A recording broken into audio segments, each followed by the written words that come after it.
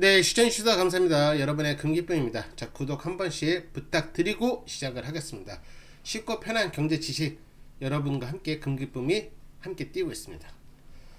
자, 지금 주가 조작 신고하면 말 그대로 인생 역전이 가능할 정도다 라는 말이 나오고 있는데, 그 이유는 결론적으로 26일부터 포상금 한도가 아예 사라진다 라고 먼저 말씀을 드릴게요.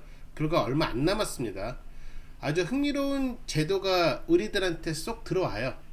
바로 26일부터 주가 조작한 거, 그리고 미공개 정보 이용, 시세 조정 같은 자본시장에 아주 쓰레기 같은 짓들을 하는 애들한테 응징을 할 수 있는 거죠. 바로 불공정 거래 신고 포상금의 상한이 사라진다. 네.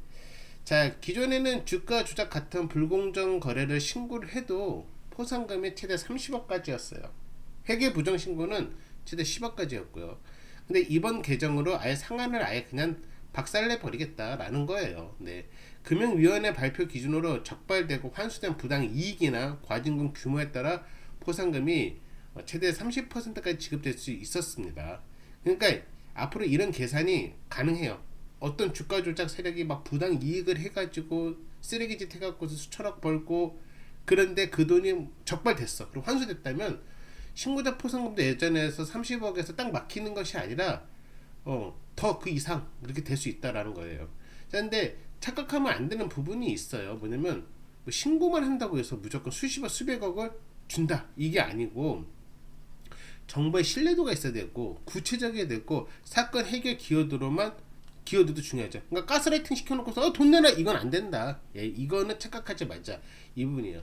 근데 이 변화가 어쨌든 간에 중요할 수밖에 없어요. 기존 제도에서는 뭐 불공정 거래 30, 그다음 회계 부정 신고 10 이렇게 억 단위 빼고 이렇게 줬는데, 개정 후에는 부당이익, 과징금, 신고 포상금 상한선 아예 깨박살 깨 버리니까 달라진 거죠. 작전 세력이 있어도 야, 서로가 서로를 믿지 못할 수 있는 이 부분이 정말 중요해진다라는 거예요. 자, 일반 투자자들도 목격하는 사람은 가능하고요. 포상금 받을 수 있고, 내부 가담자도 가능해요. 내부 가담자도 가능하다. 자, 다른 기관 신고도 오케이 인정하겠다라는 거죠. 해외 사례도 있는데 제가 이따 말씀드릴게요. 이거 필요해요. 네. 자, 왜 포상금 한도를 없앴는지 그 이유가 있을 거 아니에요. 자, 주가 조작은 밖에서 알 수 있어요? 거의 알 수 없어요. 차트 보면 수상해.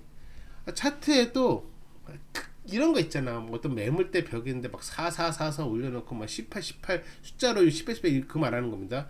막 올려놓고 하는데 좀 어이가 없어. 누가 봐도 그 숫자가 이게 나올 수 있는 숫자일까? 확률은 있겠지만 쉽지 않거든요.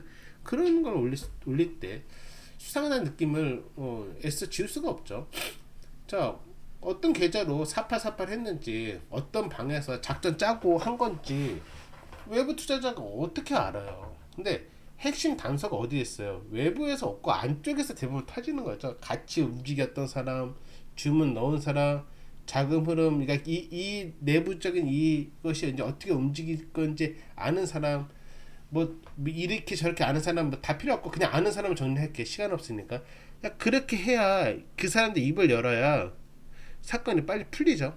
자, 근데 내부자가 신고하려면 어땠어요? 부담이 끊기잖아요. 아, 쟤하고 손절 까야 되고 업계에서 그래야 날아갈 수 있고 찍힐 수 있고 했는데, 포상금이 적으면 굳이 이 돈 갖고서 내가 그 리스크 감수할 필요 있을까? 해야 되는 거지만 그랬다는 거예요. 그러니까 동기부여가 약했던 거야. 네. 근데 이제 커지는 거죠. 네. 자, 이제 가담자도 포상금을 받을 수 있다. 이건 아예 다 이제 완전히 끌어내겠다는 거야. 가담자도. 네. 자, 일정 조건에서는 가담한 사람도 포상금을 받을 길이 열렸자. 옛날에는 야, 너도 가담했잖아. 나 너도 까버릴 거야. 이렇게 해서 뭐 협박도 할 수도 있고, 그리고 가담했다라는 이유만으로 포상금 대상에서 배제되는 경우가 너무 많았죠. 그런데 이제 그렇지 않다라는 거예요. 그렇다고 해서 누구나 아무 가담자나 다 받을 수 있는 건 아닙니다. 중요한 건 타인에게 뭐 말 그대로 범죄 참여를 강요하거나 아니면 최근 5년 안에 위반 행위를 막 반복하는 막 얘는 진짜 습관이 아주 안 좋은 애들, 이런 애들은 없다라고 생각하면 돼요.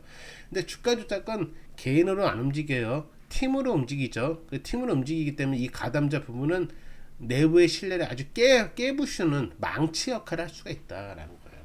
자, 우리 해외 사례도 한번 살펴봅시다. 제가 여기서 해외 사례 썼는데 아예 금액 단위 자체가 다릅니다. 네.